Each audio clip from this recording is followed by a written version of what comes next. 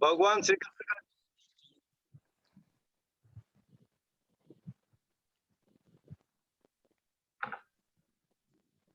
सभी से अनुरोध है कि भगवान श्री कृष्ण का ध्यान करें। आप चाहे तो मेरे साथ भी ओम वासुदेवाय नमः का जप कर सकते हैं थोड़ा सा।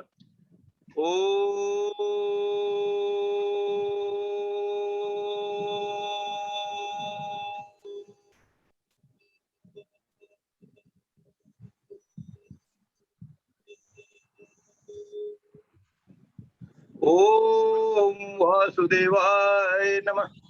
ओम वासुदेवाय नमः। ओम वासुदेवाय नमः।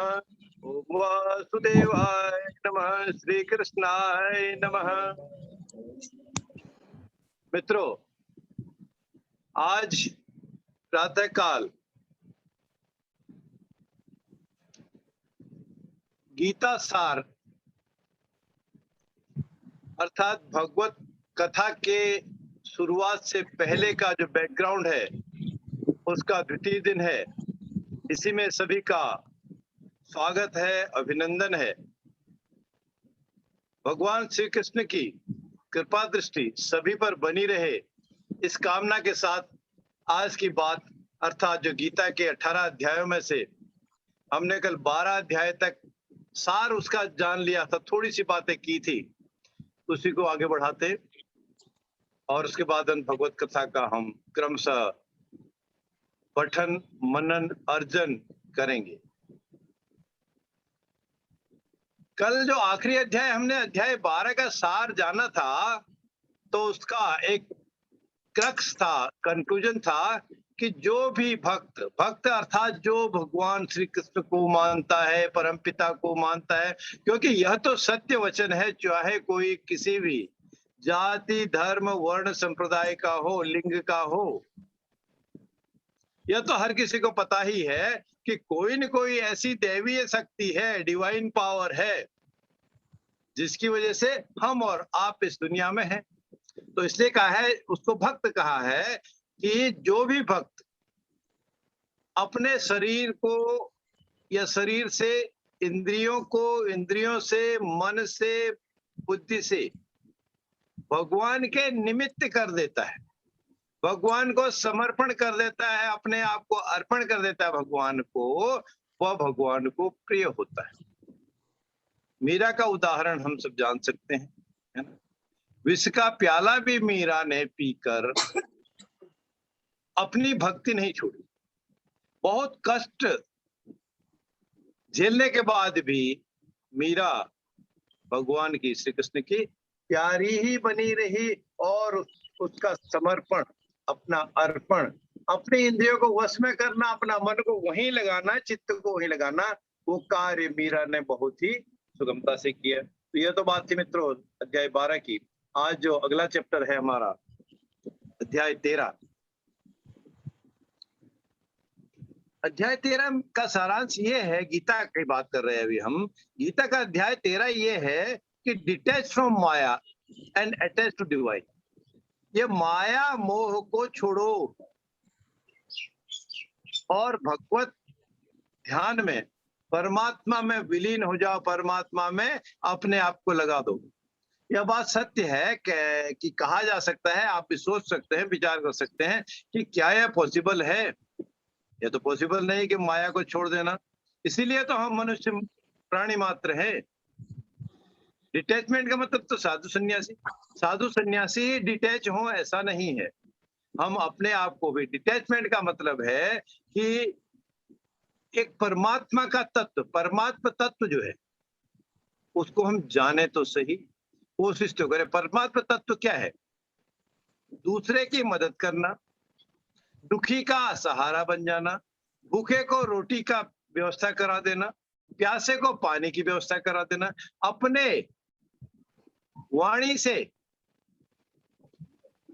कटुता ना लाना, कटुता ना फैलाना, अपने कानों से दुर्वचनों को न सुनना, आंखों से गलत चीजें ना देखना। अगर फिर भी ये चीजें दिख रही हो तो हम सेल्फ कंट्रोल के द्वारा, आत्म संयम के द्वारा उनमें कोशिश तो कर ही सकते हैं। यह बात है कि माया कई रूप में है, धन दौलत ही माया है, यही नहीं है। और भगवान पे 24 घंटे साधु सन्यासी ही बने जाएं, हिमालय पे ही चले जाएं, वही अटैचमेंट नहीं है। अटैचमेंट सेवा भी है। सेवा किसकी सेवा? जिसको जरूरत हो उसकी सेवा। भगवत कृपा प्राप्ति के लिए हम अटैचमेंट और डिटैचमेंट का सिद्धांत लागू कर सकते। अगला अध्याय 14 जो है, 14 नंबर अध्याय का जो सार है वो कहते हैं लाइफ स्टाइल कैसा हो। Live in such A life style that matches your vision.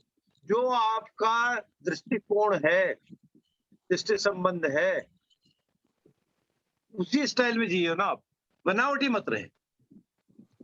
क्योंकि सांसारिक बंधन क्या है? ये बनने और टूटने के लिए है, छूटने के लिए। आज एक बंधन है, वो छूट गया, कल दूसरा है, फिर तीसरा है। यह तो प्रकृति का नियम भी है। अब बरसात जाने वाली है, सर्दियां आने वाली है, मौसम का ही फर्क पड़ जाएगा। अभी एसी कूलर सब यूज कर रहे हैं, पंखा भी बंद हो जाएगा, है ना। तो वो संसारिक, उसके हम आसक्त हो जाते हैं। अरे भैया एसी नहीं चल रहा, सर्दी है, पंखा थोड़ा स्लो हो गया, बंद कर दो। सर्दियों में क्या होगा? हीटर चला दो, गीजर चला दो, है ना। तो एक दूसरा, ये मेरा अपना है, ये मेरा पराया है, मुझे इस चीज का पॉजिटिवनेस है, मुझे इसकी शुद्धा ज्यादा है, मुझे ये कुछ चाहिए, वो सारे बंधन है, रिश्ते नाते सब बंधन है। वो बंधन बनते बिगड़ते छूटते ही रहे, और उनको त्याग करने के लिए, उस मोह से वो डिटैचमेंट करने के लिए हमको सत्व गुण, रज गुण और तम गुण, सत्व रज और तम तीनों गुणों का ध्यान रखना जरूरी। क्योंकि तीनों गुणों को हम मान ले ये सब पास्ट की चीजें थी, पुरानी चीजें थी, अतीत की चीजें थी। जब हमने तीनों गुणों को, सत्व रज और तम तीनों को पुरानी मान के ऐसा विचार कर लिया, ऐसा व्यवहार कर लिया, और भगवान का ध्यान हम रखते रहे, तो भगवान के प्रति, श्री कृष्ण के प्रति भक्ति भाव शुरू कर दिया। अनन्य भक्ति कहा है। अनन्य भक्ति जब हम शुरू कर देते हैं तो वह तीनों गुण वास्तव में छूट जाते हैं। तीनों गुणों का हमको ना खुशी ना परेशानी कुछ नहीं होती, और अर्थात वह पास्ट की चीजें हो जाती हैं, आगे की सुधि लेव। बीती बात विचारिए आगे की सुधि लेव, इसलिए आगे की सुधि लेना। और जो अगला अध्याय संख्या 15 है, उसका जो मूल मंत्र है, मूल मंत्र ये है कि गिव प्रायोरिटी टू डिविनिटी। भगवान पर, भगवत कार्यों को प्राथमिकता दो, क्योंकि संसार का मूलाधार चक्र भी उसी में डिपेंड करता है, स्थित है। इस संसार का मूल आधार जो बेस है, वह किसी न किसी रूप में कोई न कोई श्रेष्ठ और परम पुरुष पर टिका हुआ है, उसी की वजह से बना हुआ है, उसी की वजह से आगे चल रहा है, और आने वाले समय में भी चलेगा। पास्ट में भी था, अभी भी है, आगे भी चलेगा। और ऐसा श्रेष्ठ पुरुष भगवान के अलावा और कौन होता है। अर्थात इसका जो मूल आधार है वो अत्यंत श्रेष्ठ परम पूज्य पुरुष केवल और केवल परमात्मा ही है, अर्थात भगवान श्री कृष्ण ही। भगवान विष्णु के स्वरूप थे, इसलिए भगवान श्री कृष्ण ही ऐसे श्रेष्ठ परमात्मा। यह अगर हम मान लेते हैं कि परमात्मा ही श्रेष्ठ है, उन्हीं की भगवत कृपा से ही हम और आप इस समय विद्यमान हैं, या यह दुनिया चल रही है, इसमें बहुत सारी घटनाएं घटित हो रही हैं। किसी भी घटना को घटित होने पर, देखने पर, सुनने पर, विचार करने पर, व्यवस्था करने पर भगवान का ध्यान अगर रहेगा, तो उसके भाव से और बाकी सारे कष्ट जितने भी हैं, उन कष्टों से भटकाव से दूरी अपने आप हो जाएगी। सतमार्ग, सुमार्ग और अटैचमेंट भगवान पर, डिविनिटी पर होता ही जाएगा। यह जो बात है, यह तथ्य, यह सारांश, यह मूल मंत्र अध्याय 15 का। और अब अगला अध्याय, हम गीता के 18 अध्यायों के समाप्ति की तरफ चल रहे हैं, जिनका मूल मंत्र, मूलाधार जानने के बाद अध्याय संख्या 16 का जो मूल मंत्र है वो कहते हैं being good a reward in itself. अच्छा होना अपने आप को ही शाबाशी देना है, अपने आप को ही पुरस्कृत करना है। क्योंकि दुर्गुणों से, दुराचारों से मनुष्य 84 लाख योनियों और नरकों में जाता है, साथ ही साथ दुख भी पाता है। इसलिए अच्छा बनो, अच्छे बनो, और अच्छा बनने से, अच्छे बनने से वह चाहे कर्मों से हो, वाणी से हो, प्रयोग से हो, उत्पत्ति से हो, किसी और भी व्यवहार से हो, बेटर अगर हम बनने की कोशिश करें, इंप्रूवमेंट करने की कोशिश करें, तो इस जन्म मरण के चक्र से भी, 84 लाख योनियों नरकों में जाने से के चक्र से भी छुटकारा मिल जाता है। उसको छुटकारा मिलने के लिए क्यों ना हम अच्छे कार्य करें। कुछ तो करना ही है हमने। जब करना ही है, क्योंकि इंसान आया इसीलिए, भगवान ने चक्र बनाया इसीलिए है, तो क्यों ना अच्छा करें। क्यों अपने हाथों से, अपने विचारों से, अपने एक्शन से, रिएक्शन से हम नेगेटिव चीज करें, पॉजिटिव क्यों ना करें। अच्छा करने की कोशिश करें, बाकी फल तो देना ही उसी ने। जैसे कर्म करेगा वैसे फल देगा, भगवान ये है गीता का ज्ञान, ये है गीता का ज्ञान। क्यों, इसलिए तो शुरुआत कहाँ से हुई थी? कल जो हमने कथा शुरू की थी, गीता सार शुरू किया था, कर्मण्येवाधिकार। कर्म में हे पुरुष, हे मनुष्य तेरा अधिकार है, हे अर्जुन तेरा अधिकार है, ऐसा भगवान श्री कृष्ण ने अर्जुन को उपदेश दिया था, संदेश दिया था। विराट स्वरूप दिखाने के भगवान को जरूरत पड़ी समझने, समझाने के लिए। और उस विराट स्वरूप में जब सब कुछ भगवान के मुंह में समा जा रहा था, तब उसके बाद से अर्जुन को थोड़ा सा मन विचलित भी हुआ और मन प्रफुल्लित भी हुआ, और साथ ही साथ दृढ़ता भी आती गई। और उसी दृढ़ता से फिर उन्होंने युद्ध के लिए, तो युद्धाय कृत निश्चय, युद्ध के लिए तब उन्होंने निश्चय किया। एक ही बार में अर्जुन ने भी भगवान के कहने के बाद भी युद्ध के लिए निश्चय नहीं किया, उसमें समय लगाया। विराट स्वरूप भी भगवान को दिखाना पड़ा, बहुत सारी चीजें, बहुत सारी बातें, बहुत सारे तथ्य बताने के बाद भी उन्होंने कह दिया तो मेरे अपने हैं, ये तो मेरे गुरु हैं, ये तो मेरे भाई हैं, ये तो मेरे पितामह हैं, मैं इनसे कैसे युद्ध करूं। तब भगवान को विराट स्वरूप दिखाना पड़ा। और इसलिए हम अच्छे कार्य तो करें, अच्छे कार्य जो जिस चीज की बहुत जरूरत है, जिस चीज से जो सात्विकता लिए हुए हो, जिससे दुर्गुण दूर होते हो, वह सारी चीजें सदाचार की कैटेगरी में आते हैं। दुर्गुण और दुराचारों से दूर रहने के लिए हमको दुर्गुणों का त्याग करना आवश्यक है, ताकि उन नरकों से भी, 84 लाख योनियों से भी हम दूर रहें, ना भटकें, हमारी आत्मा ना भटके। अब अगला अध्याय, अध्याय संख्या 17, जो गीता की है, उसका सार, उसका मूल, उसका क्या सेइंग है, क्या लर्निंग है। Choosing the right knee and sign of power. मनुष्य, हम सब इंसान जो भी शुभ काम करें, उस काम में भगवान का स्मरण करें, उनका नाम का उच्चारण करके शुरू करें। Choosing the right thing, right word, write name, right place. भगवान का नाम लेके हम कोई काम शुरू करते हैं तो सफलता जरूर मिलती। समय भले ही लग जाए, लेकिन अंततो गत्वा आपको सफलता मिलती ही है, मिलती ही है, मिलती है। तो इसलिए हम श्रद्धा रूप में, श्रद्धा विश्वास रूपिणो, श्रद्धा और पूरी रखें, भक्ति पूरी रखें, विश्वास रखें भगवान पर, परमपिता पर, श्री कृष्ण पर। तो जब श्रद्धा रख के, विश्वास रख के हम कोई कार्य शुरू करेंगे तो अपने आप वो कार्य हो जाएगा। Well begin is half done, इसलिए कहा है कि अगर शुरुआत अच्छी हो जाए, शुभता से शुरू हो जाए, अच्छी बातों से, अच्छे तथ्यों से शुरू हो जाए, तो वो कार्य तो आधा हो ही गया। तो अर्थात उस कार्य को ना होने में, उस कार्य की व्यथा में, कोई बाधा में संशय कहाँ।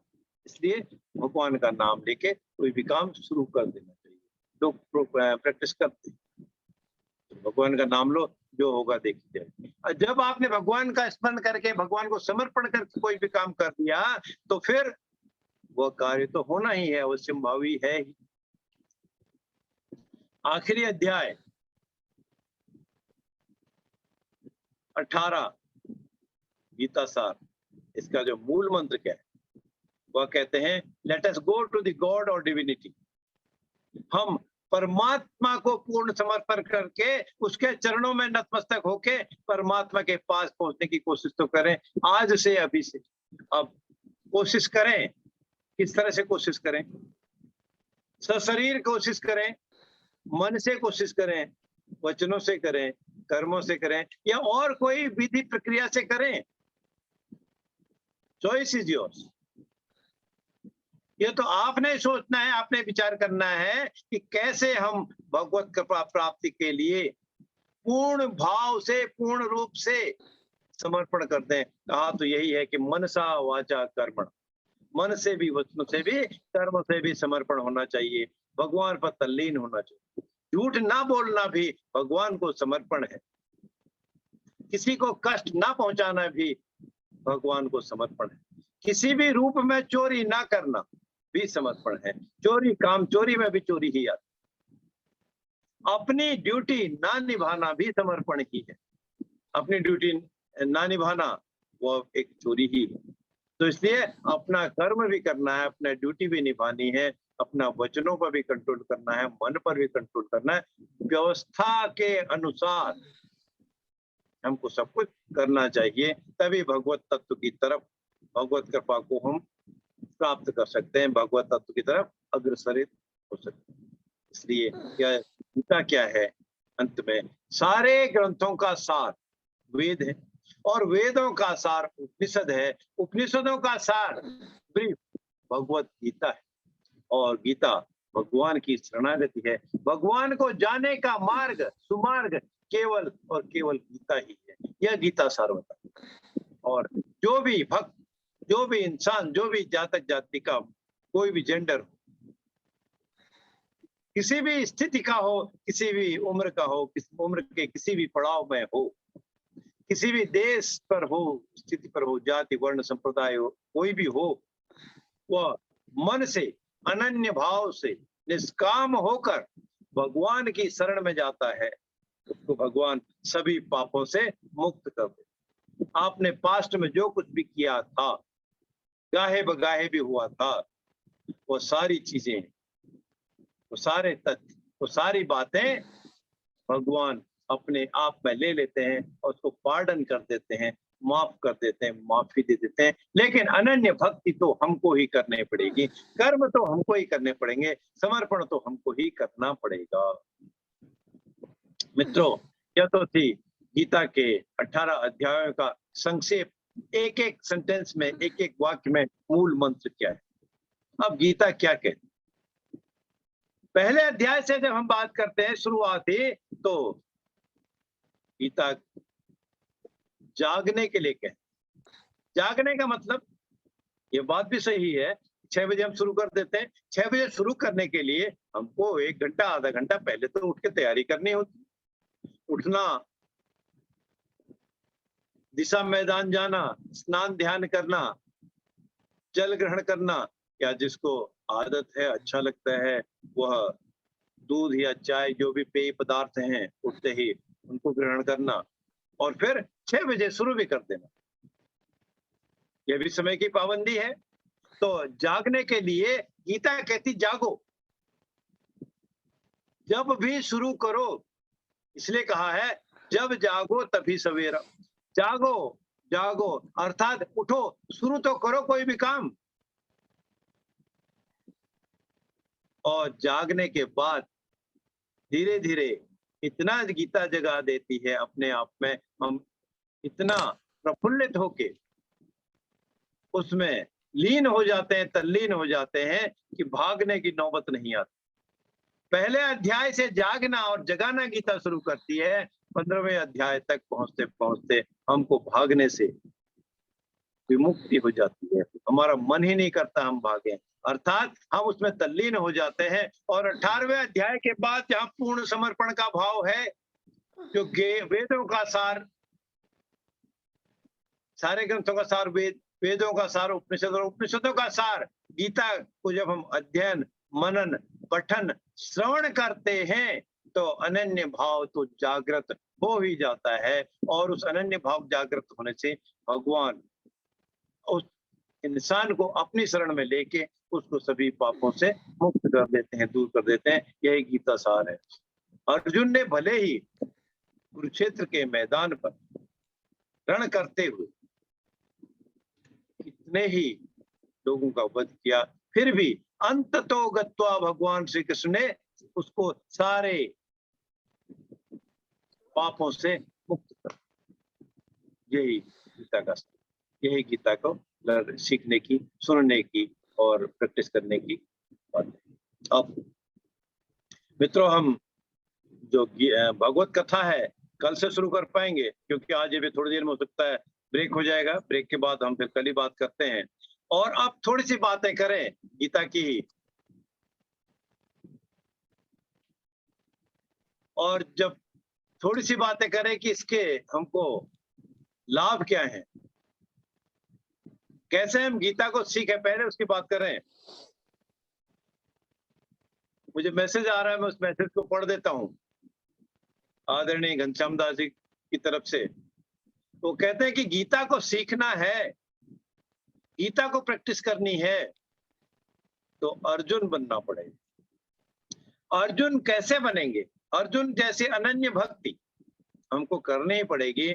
और अर्जुन को भी अनन्य भक्ति करने से पहले, विश्वास को, अपने विश्वास को जागृत करने से पहले भगवान श्री कृष्ण को विराट स्वरूप दिखाना पड़ा।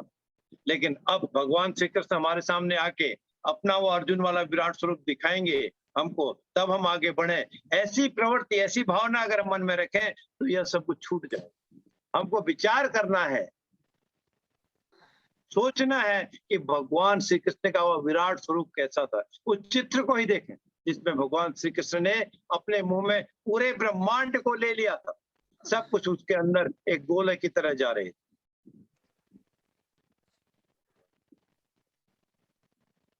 जब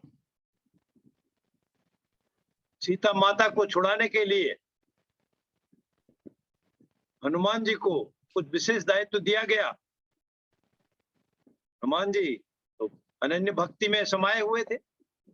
उन्होंने सूर्य को भक्षण करने की बताया कि मैं इसको, क्योंकि अच्छा लगा उनको, लाल था संतरी कुछ, तो उन्होंने सूर्य को अपने मुंह में डाल लिया। अब भगवत कृपा थी, क्या करेंगे, इतनी गर्मी, लेकिन हनुमान जी को तो कुछ फर्क नहीं पड़ रहा। ऐसे ही कार्य, ऐसी ही बात। अच्छा ठीक है, कुछ मैसेज आया, थोड़ा पहले बात करें। ऐसी ही बात, ऐसे ही तथ्य, विराट स्वरूप दिखाने के लिए, विराट स्वरूप दिखाने के बाद अर्जुन को पूर्ण ज्ञान की प्राप्ति हुई थी। तो अर्जुन हम बने, अर्जुन का मतलब पूर्ण समर्पण। मछली की आंख को ही देखना, कर्मों को करते जाना और उसे विमुख ना होना।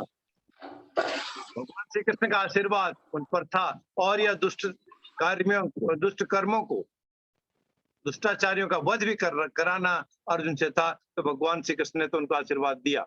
लेकिन साथ ही साथ हमको यह भी सीख इस गीता से मिलती है कि अर्जुन हम बनेंगे, अर्थात समर्पण भाव रखेंगे, तो उससे बहुत सी बातें हम जान सकते हैं, सीख सकते हैं। मैं एक जो लाभ की बात शुरू कर दी, एक लाभ की बात करता हूँ, फिर मनोज वर्मा जी को इसको हैंड ओवर करूंगा, उन्होंने कुछ बातें करनी है। इस गीता को प्रयोग करने से क्या लाभ है? मित्रों, एक बहुत बड़ी बात जो बहुत जरूरी है आज के इस कलयुग में, कंट्रोल ओवर एंगर, क्रोध पर काबू इससे मिलता है। कैसे मिलता है? जब हम कर्म करेंगे, सक्सेस भी मिलेगी, फेलियर भी मिलेगा।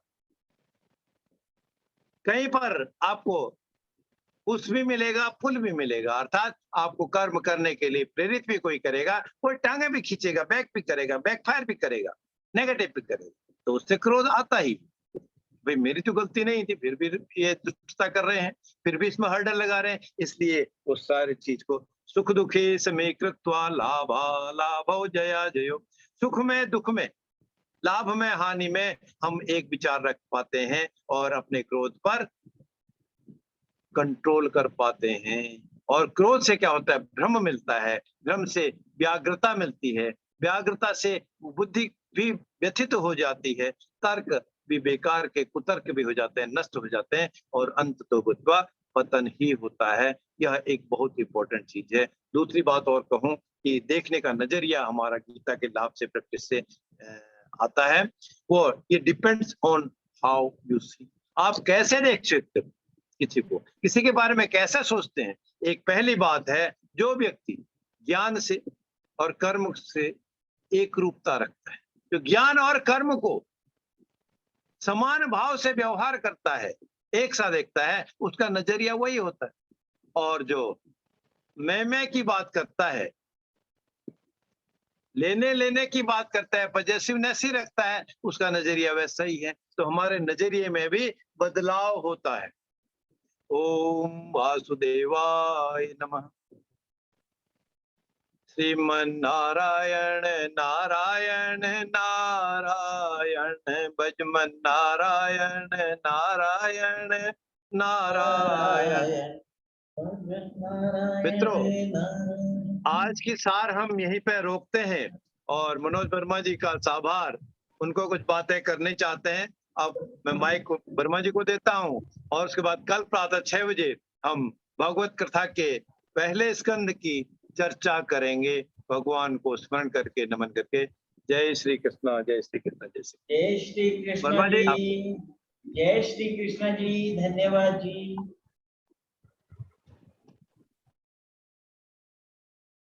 यहाँ सभा में बहुत उपस्थित अच्छी सभी, विचार बताया आपने, धन्यवाद सभी का। जो भी जुड़ते हैं सुबह उठ के, उनका भी धन्यवाद, क्योंकि श्रोता नहीं होंगे तो कार्यक्रम का भी कोई वो नहीं होता है। तो कल हमने बहुत ग्रुप में लिखा भी कि सुबह उठें और इस जर्नी का आनंद लें, क्योंकि भगवत गीता सुनना भी हमारे अपने तरह से, एक तरह से पितरों को तर्पण करना ही है। तो हमारी एक बहुत अच्छी प्रार्थना के हमने रिक्वेस्ट की थी जब डॉक्टर ललित पंत जी से, तो उन्होंने स्वीकार किया और अपना कीमती समय हमें दिया है, हमें उनका आभार मानना चाहिए।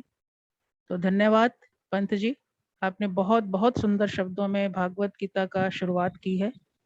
मनोज जी का भी धन्यवाद, जो सुबह उठ के हमें लिंक भेजते हैं, और कार्यक्रम का पूरा आयोजन उन्हीं के हाथ में है। आप सभी का धन्यवाद। मनोज जी, आप भी कुछ कहना चाहेंगे? जी, आप सभी का बहुत बहुत धन्यवाद। और प्रभु की वाणी जब हम सुन रहे होते हैं तो अपने आप में ही आत्मविभोर हो चुके होते हैं।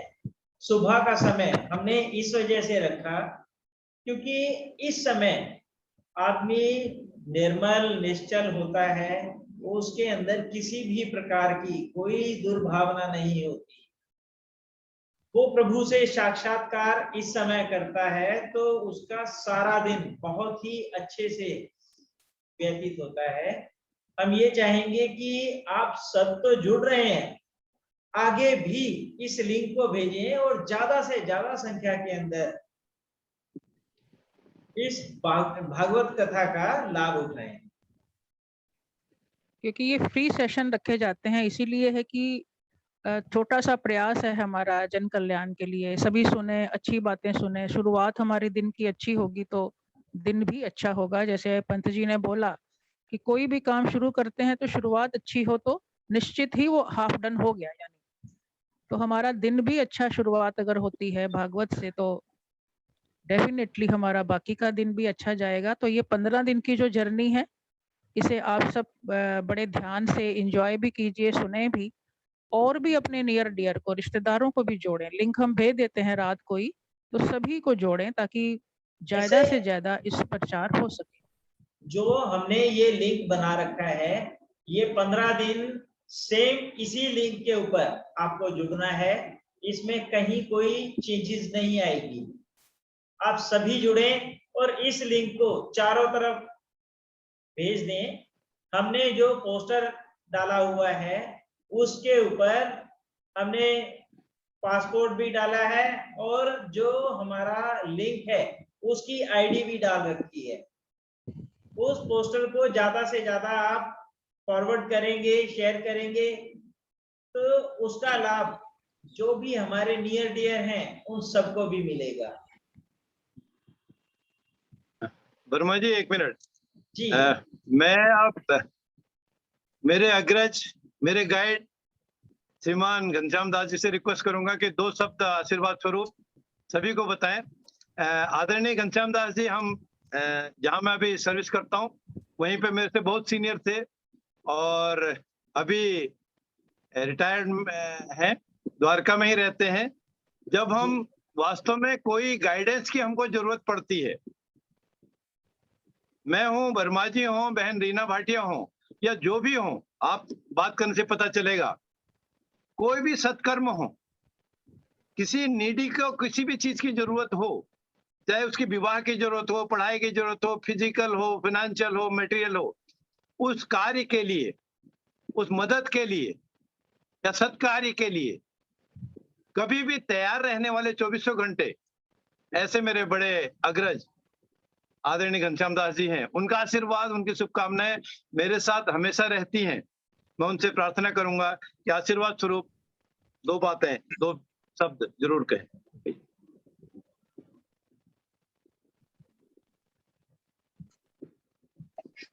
जय श्री कृष्णा। जय जय श्री श्री कृष्ण। बहुत ही एक पुनीत कार्य में हम लोगों को वर्मा जी लगाने जा रहे हैं। गीता का एक दूसरा जो वो है कि गीता पढ़े पढ़ाएं जीवन में लाएं, पढ़ें पढ़ाएं और जीवन में लाएं। अगर इस मंत्र को अगर हम ध्यान में रख लेंगे, तो जैसे अभी बात हो ही रही थी, पंजी बता ही रहे थे कि आज के समय में सबसे बड़ी अगर कोई विपदा है, आपदा है, तो वो क्रोध है। और क्रोध पे नियंत्रण पाने के लिए गीता का जो है बहुत अच्छा उपयोग हो सकता है। और जैसा उन्होंने पहले भी कहा, मैं उसी बात को बार बार दोहराता रहता हूँ। कहते भी हैं कि गीता जी जो हैं 15वें अध्याय तक खत्म हो जाती हैं। पहले अध्याय पे गीता प्रारंभ होती है। उस समय जो देखते हैं कि हम उस पहले अध्याय में हम देखते हैं तो भगवान श्री कृष्ण कुछ नहीं कहते, एक शब्द भी नहीं कहते, सुनते हैं। क्यों सुनते हैं? कि जब पात्र अर्जुन खाली होगा तभी तो कुछ उसमें भरा जा सकेगा। वो अर्जुन का जो वो मनस्थिति, जिस मनस्थिति में अर्जुन आया है, उसको अवसर देना चाहते हैं। भगवान चाहते तो अर्जुन ने ये नहीं कहा था कि मेरे रथ को जो है आप भीष्म पितामह के सामने खड़ा करो। उन्होंने तो ये कहा था कि मेरे रथ को जो है उसके बीच में खड़ा करो, जब मैं देखना चाहता हूं कि मेरा जो है युद्ध किनसे होने जा रहा है। लेकिन भगवान कृष्ण तो बहुत बड़े वैज्ञानिक है, मनोचिकित्सक हैं। वो समझ गया कि अर्जुन के मन में दुर्बलता आ रही है, तो इस दुर्बलता को अभी नष्ट करना होगा। इसलिए उन्होंने जाके उसके रथ को जो है भीष्म पितामह और द्रोणाचार्य के सामने खड़ा कर दिया, ताकि अर्जुन के मन में जो